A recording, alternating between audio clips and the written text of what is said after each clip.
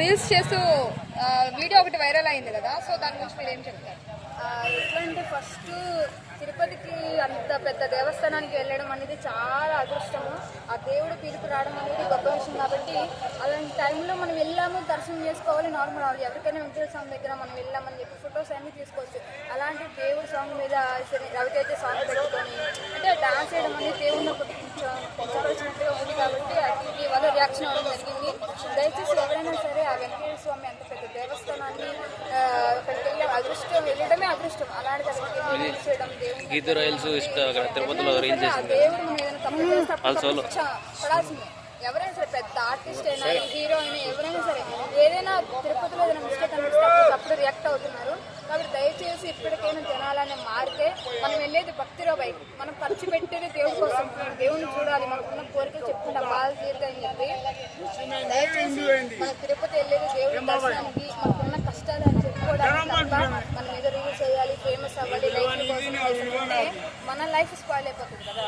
అప్పుడు మనం ఇంకా ఎంత తప్పైంది స్వామితో అని అన్నా కూడా ఏ దేవుడు అంటే నిన్న కాక మనం చూసుకున్నట్టయితే శివజ్యోతి గారు సేమ్ చేశారు. ఇప్పుడు ఇండస్ట్రీలో ఇప్పుడు గీత రాయల్ చేస్తున్నారు. అంటే ఇంకా అలవాటు అయిపోతుంది అంటారా?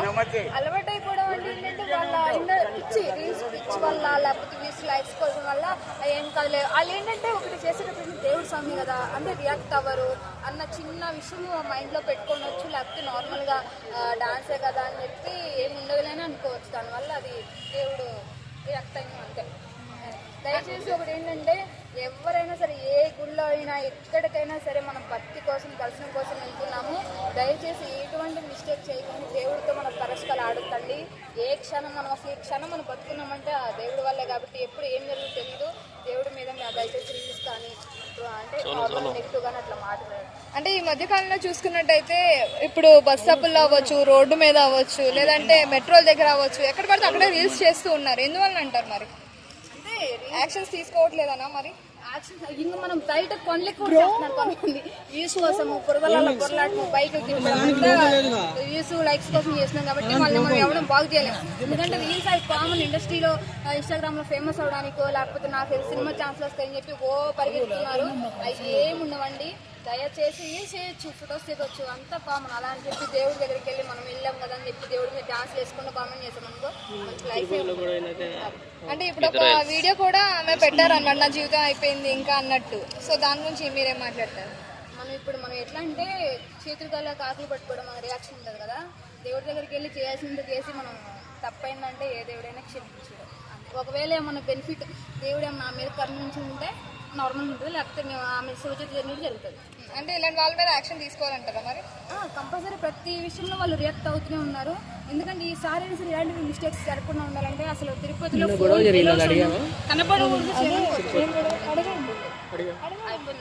సో అలాగే నిన్న కూడా చూసుకున్నట్టయితే ఒక వీడియో రిలీజ్ అయింది తిరుమలలో. అంటే అక్కడ గొడవ ఏం జరిగిందో తెలియదు కానీ అవతల వ్యక్తిని బెల్ట్ తీసుకొని మరీ కొట్టడం జరిగింది. అలాంటి వైలెన్స్ జరుగుతున్నప్పుడు ఏం చేస్తున్నారు పక్కన టీటీడీ కార్యకర్తలు? జనాలు వాళ్ళ పక్కనే వాళ్ళు కాపలకాయలు ఉండలేరు కదా. సపోజ్ ఏదో చిన్న ఇష్యూ వల్ల వాళ్ళు ఏదో తిట్టుకోవడం ఏదో జరిగింది, కంపల్సరీ ఆ వీడియోలు కూడా వైరల్ అవుతున్నాయి. కాబట్టి అసలు ఎవరు మిస్టేక్ అయింది, ఎందువల్ల అయిందని చెప్పి వాళ్ళు కూడా తీసుకుంటారు. ఎందుకంటే మనం దేవస్థానానికి వెళ్ళినప్పుడు దర్శనం చేసుకుని రావాలి. మనం తిట్టుకుంటా ఉంటే ఎవరు ఊరుకోరు కదా. అసలు ఆ వీడియోలో చూసి ఎవరు మిస్టేకో ఏంటని చెప్పి వాళ్ళు కూడా రియాక్ట్ అవుతారు.